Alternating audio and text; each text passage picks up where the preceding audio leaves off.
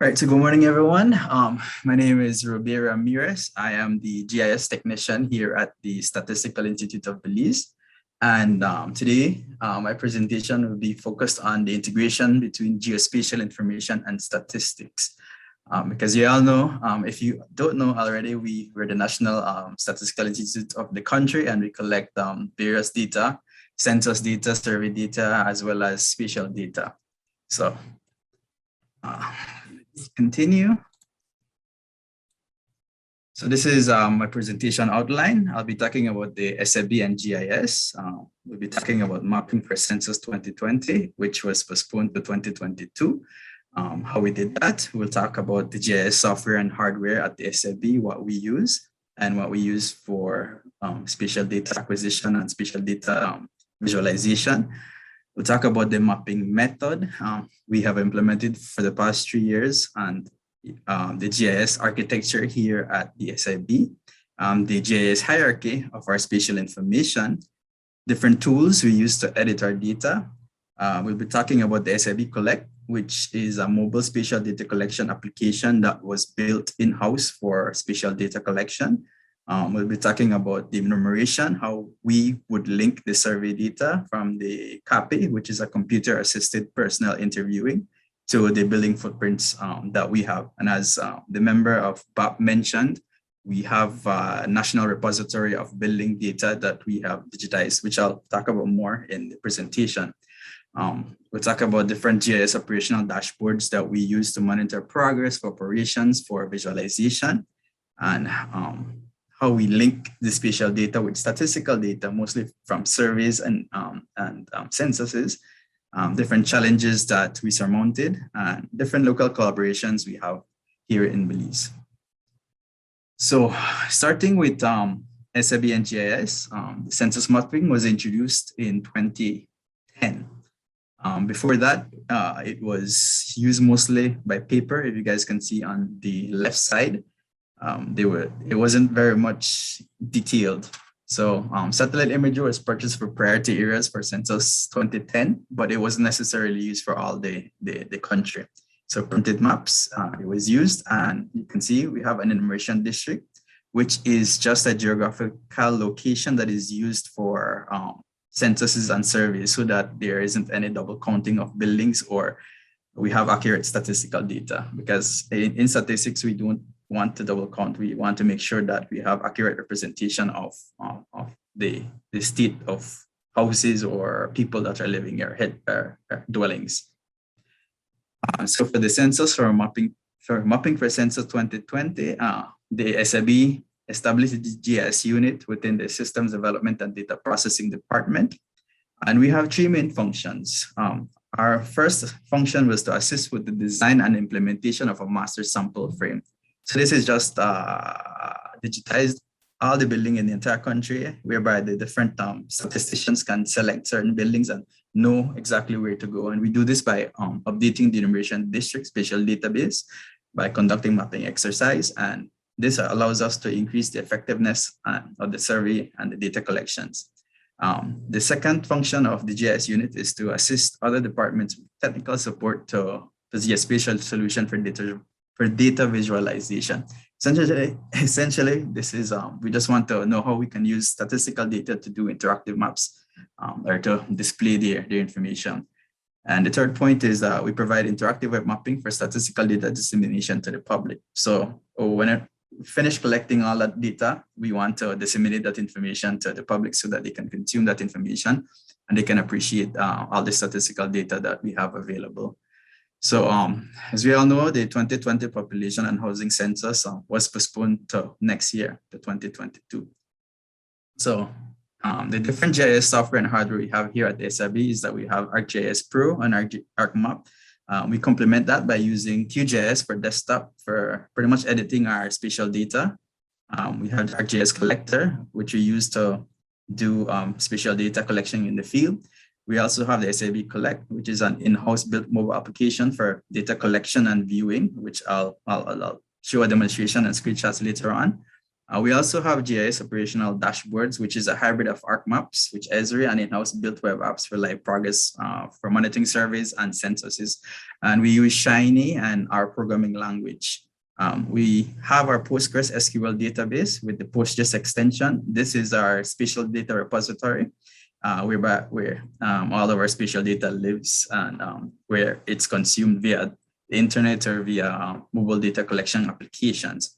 We also have GoPros, whereby we collect building information for different areas. We have tablets for field data collection and viewing. We have TDC 600s, and I believe it's 100s for, again, more accurate spatial data collection. And we also have local servers that hosts our SIB Collect web services on our spatial databases.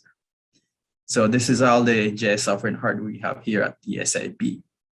So the SIB, so the SIB reached out to Esri because they had the official statistics modernization program. And so this was released by Esri in 2018, and it was announced by Esri's president, Jack Dangermond. I hope I'm pronouncing that correctly. The program's goal was to assist global national statistics organization in preparing for Census 2020. But again, as we know, this was postponed to 2022 because of the COVID. So the SIB was eligible based on the criteria, and it was approved in 2018 through the Esri's contact, Ms. Linda Peters, who is the Senior Executive for Global Business Development at Esri. So the program would be the fundamental in developing the GIS unit at this institute, and it enhanced the building capacities for ArcGIS Enterprise, both server and portal, for ArcGIS Products, the desktops, and for ArcGIS Online for organizations. And we would have access to various tools, which would allow for us to better map the real world and better collect field data. So since we had all these Esri products, what we did is that we did a pre-enumeration phase whereby we heads up digitized building footprints. Essentially, we drew polygons from open imagery, from Google, from OpenStreetMaps, from Bing, and from the commercial imagery from Esri that was provided from the grant. And we heads up digitized road networks from the imagery, and we created census blocks. We updated the enumeration district ED limits, whereby we moved it to more real world structures so that the enumerators or surveyors or data collectors won't be confused whenever they go out in the field. We created web maps in ArcGIS Online, which cannot be accessed by ArcGIS Collector. We created web maps as well on both our local infrastructure, which the SIB collect accesses, which I will go into detail later on in the presentation. And we created web dashboards again to monitor progress. So we download web maps to ArcGIS Collector to the SIB Collect app, which are installed on tablets. And initially we were doing this on paper, but again, with the modernization program and with both modernizing the statistic data collection, we have to move to tablets because it's faster processing and we can disseminate information faster whenever we use tablets. We conduct ground verification exercise to validate the building footprints on the road network. We collect attribute information based on the ISO 19110 standards and videos of each building footprints. So from these buildings, we take 2 pictures and we extract them and attach them to corresponding buildings. And again, we update building information on blocks, buildings, and enumeration districts. So this is just a schema as to how we were collecting information with ArcGIS Collector. So we had GoPros mounted on vehicles, and we would go around an area within an enumeration district, and we would capture information from ArcGIS Collector. We take a picture, attributes, and this would be synced to ArcGIS Online. So from this, we would have a map similar to this, whereby we had a start position and an end position, and we go around within an enumeration district. We would video the entire block, and we would collect the attribute information. So after this, we would have technicians who process the video, and they would attach a picture. If, say, for example, this building was this picture, they would attach a picture to this. So we have a national inventory of more than roughly, I think 60% of the country that has been mapped with this method. So again, this is just a screen cap of the ArcGIS Collector on device and the different attributes that we collect. And if we select that, most of the buildings, well, for the 60% that I mentioned, would have an attachment to that. So this would greatly assist the enumerators or the census data collectors to quickly identify their dwellings. Because if we just have the building footprints, it's not much information. And what we want to see is we want to see the actual structure.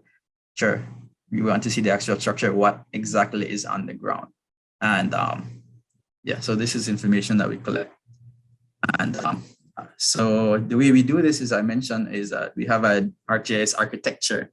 So our architecture is both open source and Esri. We use Esri products and we use both open source products. So initially for this field mapping exercises that we were doing, we were using ArcGIS Online with the ArcGIS collector, and we sent this to ArcGIS server.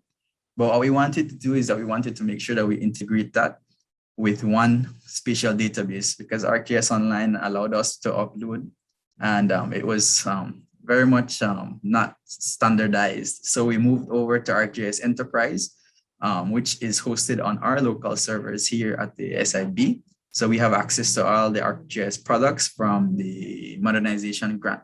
So this was deployed by Mr. Andrew Link, the GIS assistant. So grateful for him for that.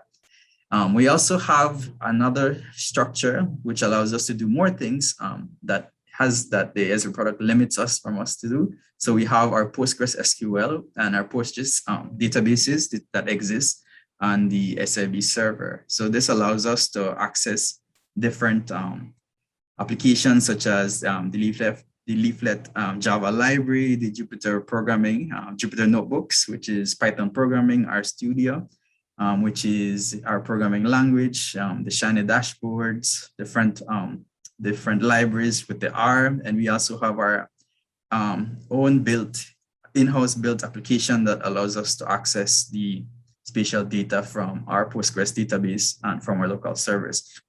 We also can access the data on QGIS, which is another desktop application. So this infrastructure has greatly assisted us in doing multiple things and doing more things with spatial data. So again, as I mentioned, we also use open source software to supplement ArcGIS products. So again, as I mentioned, we use ArcGIS Online and ArcGIS Collector for field mapping. But the Institute is supplementing Esri products with in-house built apps for the 2020 population and housing census. And the reason why we're doing this is that because we need to increase the scalability. So we need 1,000+ users, sometimes more. We need to increase the flexibility. So we need to access the source code to build customizable products, which we'll talk about more later on in the presentation. And we need faster technical support. So the programmer analyst and the GIS analyst can debug the errors faster and quickly, since they have access to the source code, and since they can debug those things quick. And so this is the GIS hierarchy.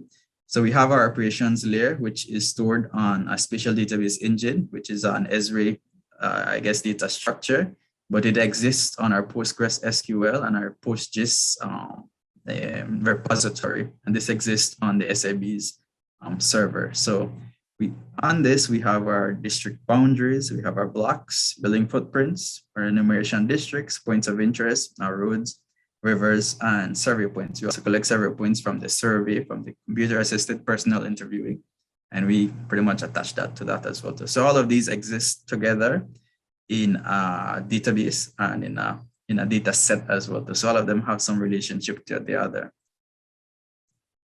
All right, so as I mentioned, an enumeration district is just an area. So we used heavily ArcGIS Pro for editing, for creating our spatial data, for numbering our buildings, for numbering our blocks, for doing QA/QC with the ArcGIS Pro Data Reviewer, and which is a very good tool to make sure the data that you're giving to whoever needs them, well, to whoever needs to access it, they have good quality data.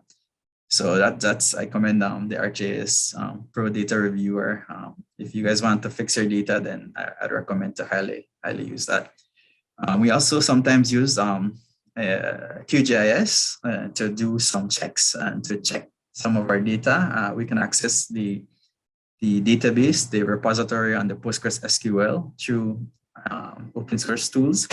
And there's also QField, which I just want to mention is an excellent tool for whoever wants to venture off into, or just wants to start to venture off into data collection, because it's free and open source and they can access that without any problems. And there's heavy documentation on this. So moving on to the way that the SIB is doing census and those surveys is that, like I mentioned, we have our Postgres SQL with Postgres extension, which is the spatial repository, and we have our programmer analysts, well, our programmers that created a web interface, which is called the SIB Collect Admin Portal. So this is used to assign maps from the Postgres SQL PostGIS extension. So from this front end, we can assign maps to our SIB Collect, which is our GIS mobile data collection application.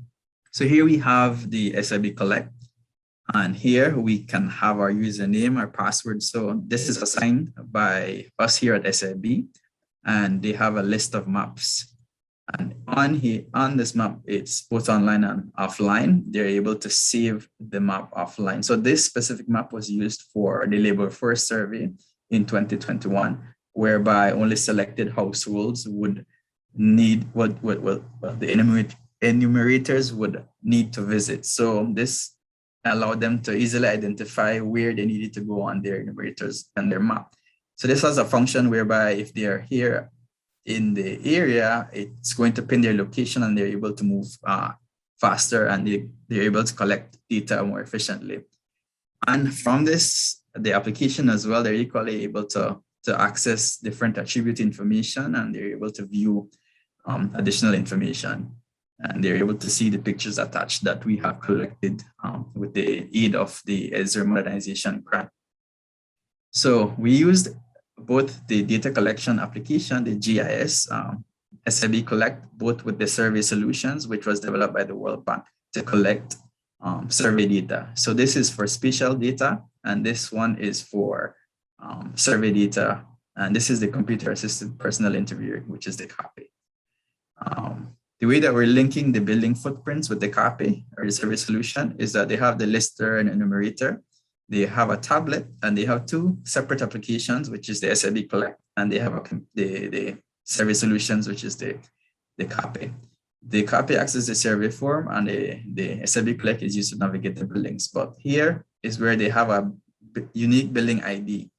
So the enumerators use the SIB Collect to navigate.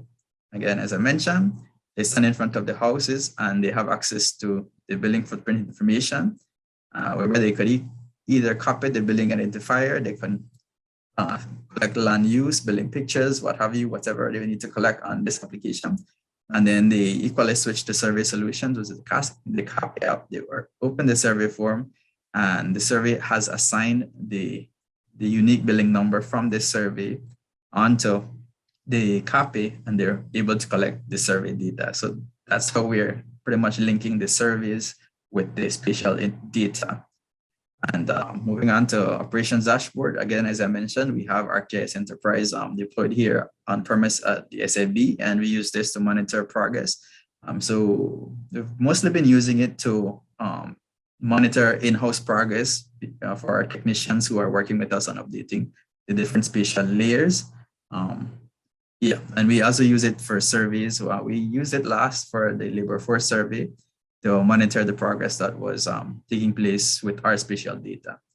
A limitation that we had is that since we are using two separate applications, we tend to have two different dashboards. And what we're trying to do now is that we're integrating our programming language so that we can actually plot our spatial data on one dashboard so that we can monitor everything more efficient. And so the way that we link spatial data and statistical data is that we have the questionnaire form, which contains the ID, and we use the RShiny dashboard, whereby we program the data or the software or the dashboard to tell us what we need to do for checks and to check for inconsistencies and for us to send it back to the field. And it also gives us maps, indicators, aggregated reports, and shows live progress or censuses and surveys.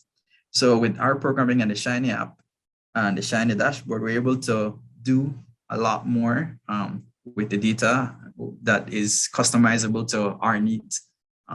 Yeah, so that's why we're using the R dashboard for the census.